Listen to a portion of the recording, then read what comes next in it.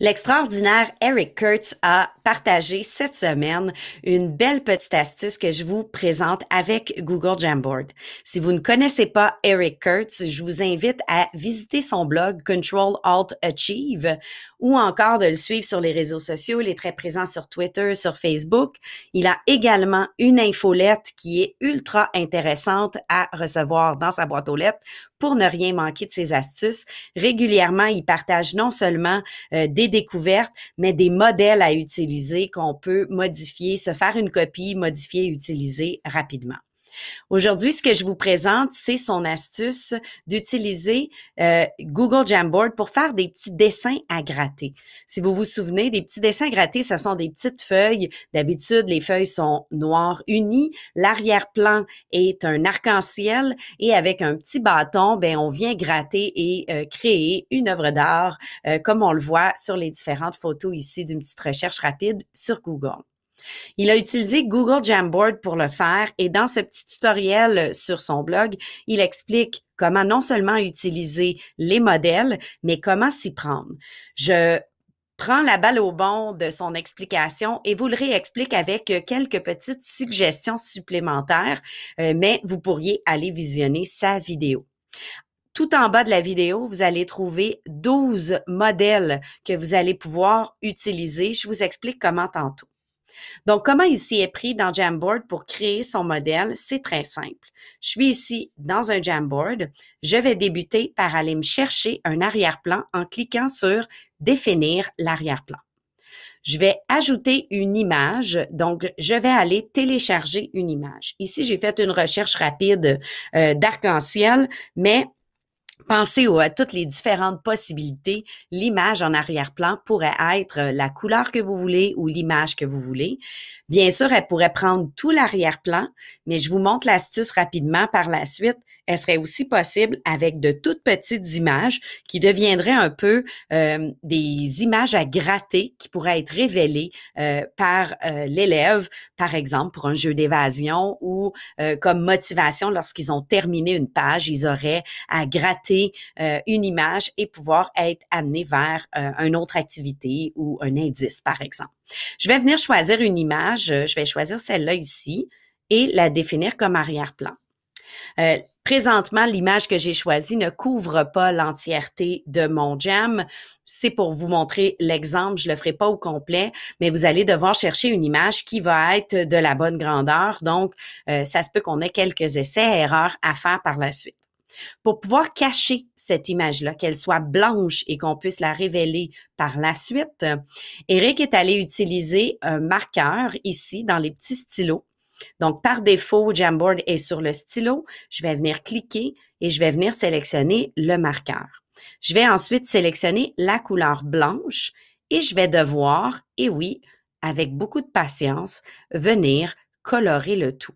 Donc, je suis un peu en admiration, pas un peu, beaucoup, de Monsieur Eric Curtis qui a vraiment pris le temps de nous colorier 12 modèles équivalents à ceci, mais tout en blanc. J'imagine qu'avec une tablette et un stylet, c'était beaucoup plus facile de s'amuser à colorier. Je vous ai parlé qu'on pouvait faire la même chose avec une image. Donc, au lieu de définir l'arrière-plan, cette fois-ci, je vais venir me chercher une image. Donc, je pourrais avoir, je ne sais pas moi, une image de chat. Je vais venir chercher une image. Bon, ça me donne une image de chat au lieu de chat. Bon, admettons que je veux mon image de chat. Je vais venir choisir celle-ci et je vais pouvoir la mettre où je veux sur le jam et faire la même chose avec mon crayon marqueur blanc et je vais venir camoufler l'image au grand complet avec mon crayon blanc. Maintenant, comment on fait pour révéler l'image? Là, bien sûr, je n'ai pas terminé, mais vous imaginez les possibilités de pouvoir camoufler l'image et de venir dire à l'élève, viens dans le coin en haut à droite, révéler l'image mystère qui s'y trouve par la suite. Comment on fait pour révéler les images? Eh bien, je retourne sur le blog de Eric Curts et je vais venir me choisir un des 12 modèles qu'il nous fournit très généreusement. Les images des différents modèles sont ici. Vous pouvez vous faire une copie de tout ce que vous voulez en cliquant simplement sur le lien de l'image de votre choix ou tous. Quand je vais cliquer sur l'image, je vais être invité à faire une copie du document. Donc, ça va devenir ma copie à moi que je peux modifier et que je peux distribuer à mes élèves. Je vais laisser le travail se faire et la copie est maintenant à moi et se retrouve dans mon Google Disc personnel. Eric Curts a mis sur la première diapositive les directions pour utiliser les dessins à gratter, mais bien sûr, les instructions sont en anglais. Vous pourrez modifier cette première diapositive-là, peut-être y mettre votre image à vous et modifier les informations. Bref, comment on l'utilise? Bien, avec l'efface, c'est ce qui est expliqué ici. Donc, je vais aller au deuxième cadre de mon Jam. Et ici, j'ai un cadre qui a été préparé pour moi. Et avec mon efface, je peux venir dessiner ce que je veux. Écrire du texte.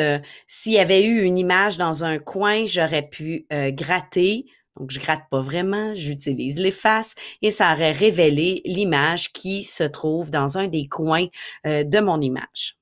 Vous pouvez modifier cette copie-là facilement, la renommer, par exemple, et vous pouvez venir modifier les différentes pages. Pour pouvoir les modifier, on va venir cliquer ici sur le petit triangle qui va nous ouvrir les pages qui sont disponibles. Ici, j'ai des pages où ils les appellent des cadres dans Jamboard. Ici, j'ai l'image, la première image qui était celle de Monsieur Kurt. Si je veux la supprimer, je vais venir cliquer sur les trois petits points et je vais venir supprimer l'image. Je pourrais ensuite ajouter une autre image et mettre les instructions. La deuxième image, le deuxième cadre, est celle qui a été créée pour les dessins.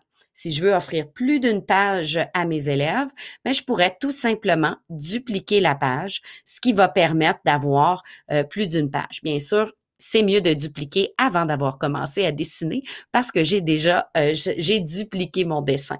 Donc, si je pars de la copie originale, je vais pouvoir ajouter jusqu'à 20 cadres au total de pages différentes.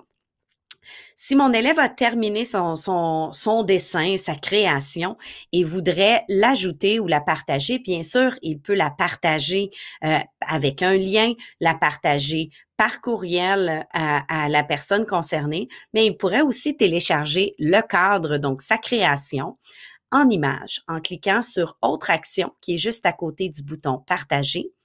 Votre élève pourra enregistrer le cadre, donc seulement cette page-là et pas votre page d'instruction, en tant qu'image et ensuite venir la déposer sur un site, dans un portfolio numérique, par exemple, dans une présentation où chacun de vos élèves sera invité à ajouter son image. Donc, une belle façon de pouvoir montrer les travaux de nos élèves. Voilà!